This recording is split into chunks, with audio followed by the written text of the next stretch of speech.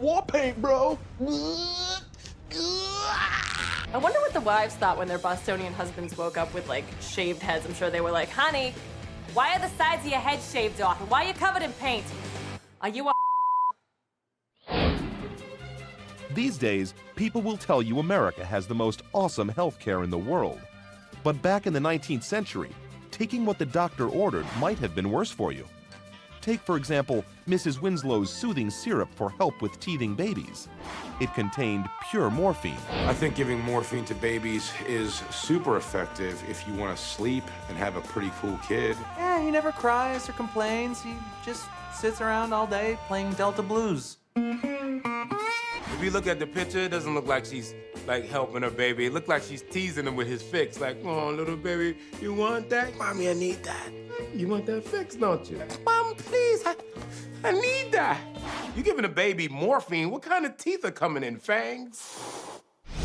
There was also maltose cannabis, a food supplement for weak children, nervous people, and convalescents. And yes, it was totally filled with cannabis, man. It was prescribed to convalescents. What, to make them more convalescent? This guy can't get out of bed. Somebody get him some cannabis. Man, the 1800s was the best. Weed in a can? Are you a nervous person? Well, then try Dr. Cannabis's Paranoia Tonic. Nothing cures the jitters like being led to believe that your cat can read your thoughts. The poster is my favorite part because it looks like that mother and child smoked weed with Death, and then Death got paranoid. He's like, do you guys hear a siren? And then he just started taking off. And for those gentlemen who needed an extra spark in the bedroom, there was Dr. Bell's Electro Appliance. It offered an erectile dysfunction cure through electricity. You might ask yourself, what kind of crazy person would even try to use the Dr. Bell Electro Appliance? But if history has shown us one thing, is that men will stick their in anything. You know a woman came up with this because no self-respecting penis-having man would invent anything to shock it. If there were commercials back then, this thing would be on at like 3 in the morning after some weird weight loss pill, because this is sketchy. Gentlemen, are you not standing at full attention? Well, try Dr. Bell's Electro Appliance.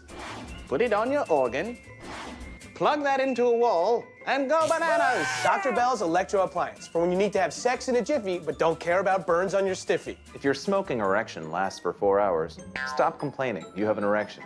It's what you wanted, isn't it? Of all the ways we celebrate the awesomeness of our country, one of the best is the Pledge of Allegiance. Oh, the Pledge of Allegiance was the best part of the day. It was the only time in school you could, feel yourself up in class. Like that. Hot. The pledge was written in 1892 by Francis Bellamy, a socialist minister. Are we surprised it's written by a socialist? To be honest, I'm not 100% sure what socialism is, but come on. Bellamy also invented a special salute for people to give while pledging allegiance to the flag. I pledge allegiance to the... You know what? This feels kind of nice. Kids used to say the Pledge of Allegiance while holding their hand out in a Nazi Aryan salute style. Oh, okay, yeah, no, I see. That would be bad. I pledge allegiance to the flag of the United States of America. I bet Hitler was so mad when he found out about the Bellamy salute. What? I can't believe they do a Heil thing. That's our thing. Oh, I hate the Americans so bad. The Bellamy salute. They're the worst. You know who the real American is in this picture? That little boy who knows that some effed up stuff is going on here, and he's not gonna partake of it. During World War II, politicians encouraged Americans to place one hand over the heart rather than giving the Bellamy salute, for obvious reasons.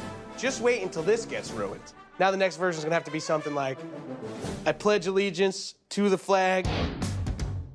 Most people think the awesome tradition of tailgating began in the 20th century when American football became popular, but we've actually been tailgating for over 150 years. In 1861, Washingtonians brought picnic baskets out to the Virginia countryside to watch the Union Army take on the Confederacy at the Battle of Bull Run, one of the first major conflicts of the Civil War. They even shouted, "Go Big Blue," to cheer on the Union soldiers. You got people doing chants, let's go Union. Let's go, Union. C-O-N-F-E-D-E-R-A-T-E, Confederacy, Confederacy, slavery forever. It's the only thing you can go watch and actually shoot a gun into the field of play and no one knows. It just mixes in with all the other bullets. If you ever want to do something like that. They probably made signs to bring along, but because it was Civil War time, they're just really, really verbose, just like, my dearest Jonathan, I wish you well on the field of battle. We long for you at home and yearn for your presence, though we know you are serving your country well and doing your family proud. The battle was a decisive victory for the Confederacy, and the unsuspecting spectators ended up delaying the Union's retreat by clogging up all the roads back to Washington.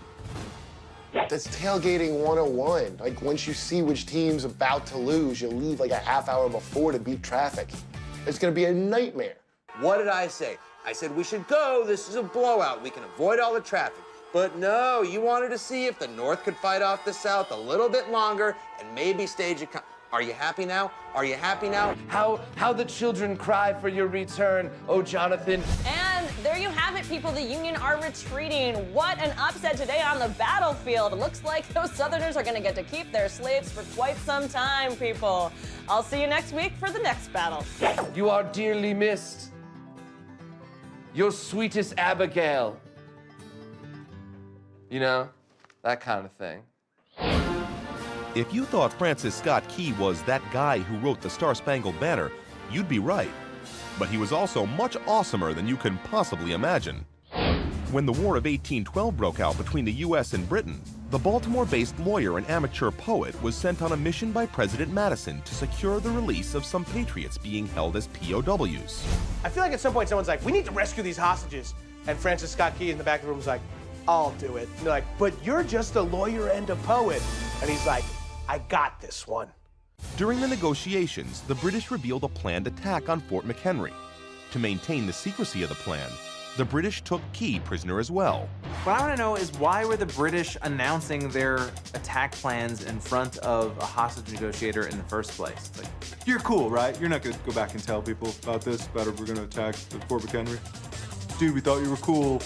All right, get in the jail ship. Listen, the British were not afraid of discussing their attacks in front of him because no one's afraid of a guy named Francis. He wound up watching the battle from the confines of a prison ship. When it ended, he noticed an American flag flying over the fort. The image inspired him to write the poem that later became the lyrics to the national anthem. Here's Francis Scott Key. He's just been captured. His mission seems like it's a failure. America is in peril.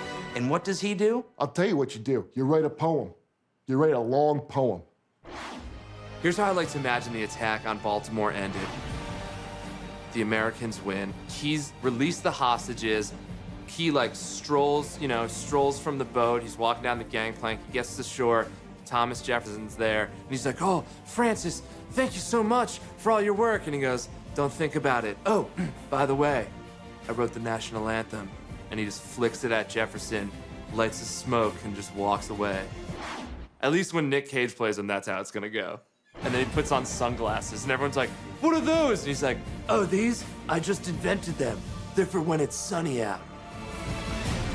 And Ben Franklin stands up on a mountain and just goes, Last Gleaming, a Michael Bay production. You haven't even begun to comprehend how awesome America is. Coming up, learn why Ben Franklin wanted to flip the national bird. Ben Franklin, not a big fan of the bald eagle, which means he is basically a traitor. Why the first Thanksgiving was a total sausage fest. Massasoit, do not invite him to your party. And why presidents aren't always fond of the truth. Next thing you know, you're gonna tell me presidents are allowed to sleep with women other than their wives. What? It's I Love the 1880s, United States of Awesome.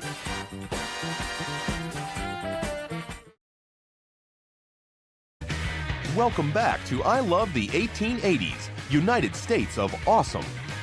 It's history class without the class.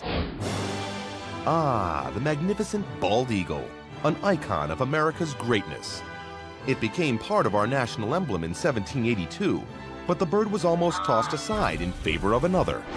Founding father Benjamin Franklin expressed disgust over the eagle's inclusion on the Great Seal of the United States in a 1784 letter to his daughter Sarah. Ben Franklin was no fan of the eagle.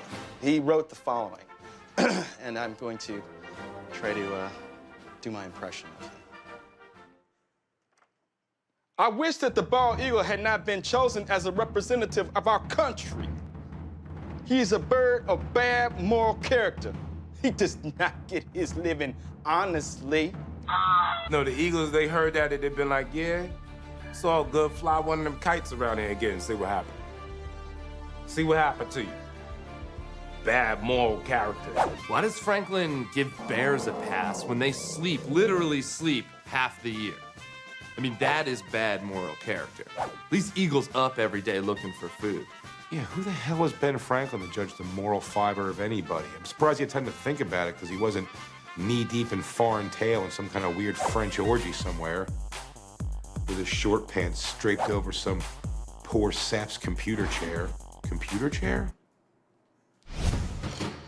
Franklin suggested an alternative to the eagle in the same letter, writing, For a truth, the turkey is a much more respectable bird. A true original native of America, a bird of courage. Big words for the turkey, you know, a lot of expectations there. The turkey, dude, that bird is such a dork. Before we go any further, can someone tell me if the national bird of Turkey is a turkey?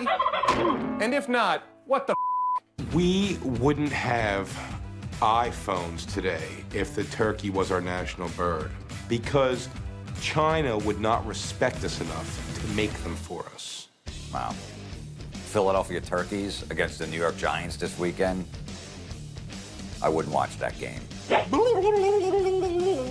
Bald, short, fat, tiny head. Maybe Ben Franklin was a turkey. remember that story about a young George Washington chopping down a cherry tree? Total lie. Since the beginning, many American presidents have had trouble telling the truth. Wait, presidents are allowed to lie? Next thing you know, you're gonna tell me presidents are allowed to sleep with women other than their wives. What? Back in 1840, presidential candidate William Henry Harrison tried to connect with voters by claiming to be a regular guy who lived in a log cabin. Fact, Harrison came from one of the most powerful American families. His father built one of the first mansions in Virginia. You know, some people might call it a mansion. He just called it a very humble 10-room, 5-bathroom, 50-acre log cabin. If a president today said that he lived in a log cabin, I think everybody would just be like, wait, why do you live in a log cabin? That doesn't even, are you the Unabomber? Seeking re-election in 1916, President Woodrow Wilson ran on the slogan, "He kept us out of war." Fact, just 1 month after winning his second term, Woody asked Congress to declare war on Germany.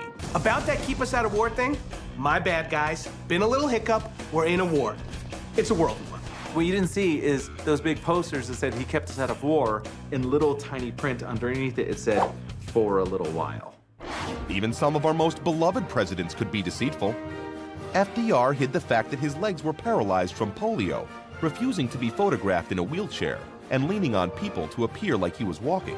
FDR was the best liar.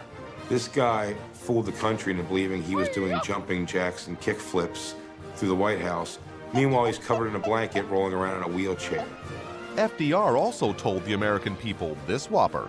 That the only thing we have to fear is fear itself. The only thing we have to fear is fear itself. Terrorism, climate change, economic collapse, Ebola, honey boo boo. There's more awesome American history still to come. Find out why no one got sauced at the first Thanksgiving. What I want to know is, how did they work up the nerve to call their aunt a bitch? And what Santa did to get close to kids. He was the first creep to have this idea. You know, a real pioneer for perverts. It's I Love the 1880s, United States of Awesome. Welcome back to I Love the 1880s, United States of Awesome. It's history for dummies. presented by idiots. From blowout barbecues on the 4th of July to getting sick on candy at Halloween, America has always been awesome at celebrating the holidays. But that wasn't always the case. Our first Thanksgiving took place in 1621, when the Pilgrims and Native Americans gathered to celebrate the year's harvest. First Thanksgiving had to have been the best Thanksgiving. There's no way in hell it couldn't have just been like the place to be. But actually, it wasn't the place to be if you wanted turkey. The Pilgrims likely served boiled goose, swan, or passenger pigeon. This Thanksgiving sucks. As for sides, cranberry sauce hadn't been invented yet, and potatoes were only grown in South America.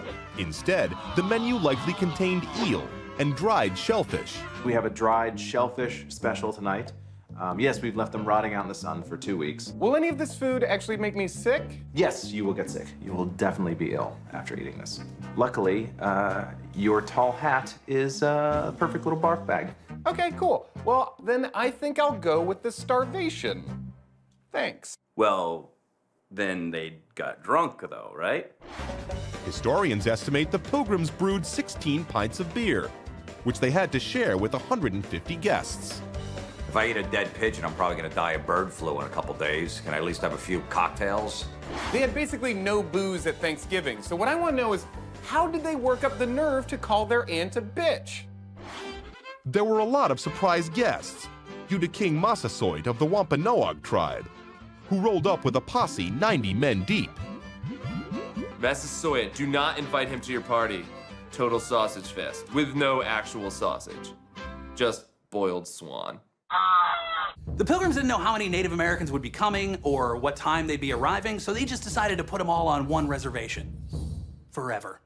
What's really interesting is that second Thanksgiving, because I bet the Pilgrims were like calling Massasoit and being like, oh, I thought we'd swap every year, like it might be your year to host. Oh, it just seems weird because it's kind of like your thing, and like honestly, your place is a little bigger, so like you can accommodate my entire war party. That problem kind of worked itself out though when all the Indians got sick from us. Could you imagine the Yelp reviews of the first Thanksgiving? They couldn't be very good. Swan was overcooked. Also, they served us swan. It was weird. I found a few curly hairs in my boiled pigeon. It was very nice of the tribesmen not to murder us during dinner. I do hope Massasoit wears a shirt next year. He's got weird nipples. Sure, Thanksgiving may have had a rocky start, but at least Americans have always been awesome at celebrating Christmas, like the tradition of taking kids to see Santa at the mall. Yeah, we invented that. In 1890, James Big Jim Edgar started a sensation when he was the first to don Santa's beard to amuse children at his Brockton, Massachusetts dry goods store. He was the first creep to have this idea. You know, a real pioneer for perverts. Anything you want to ask Big Jim for this Christmas? Just think, before the department store Santa, children had to have Christmas pictures taken with their own family. Gross! If you think sitting on Santa's lap seems strange, some Christmas traditions from around the world are even stranger. In Spain's Catalonia region, children receive crappy gifts courtesy of a piece of wood with a painted face and 2 wooden legs called cacatillo. This literally translates to log. Children feed and take care of him until Christmas Day. Then they beat him with sticks until he poops candy and other treats. Don't worry, he's into it. Look at his face.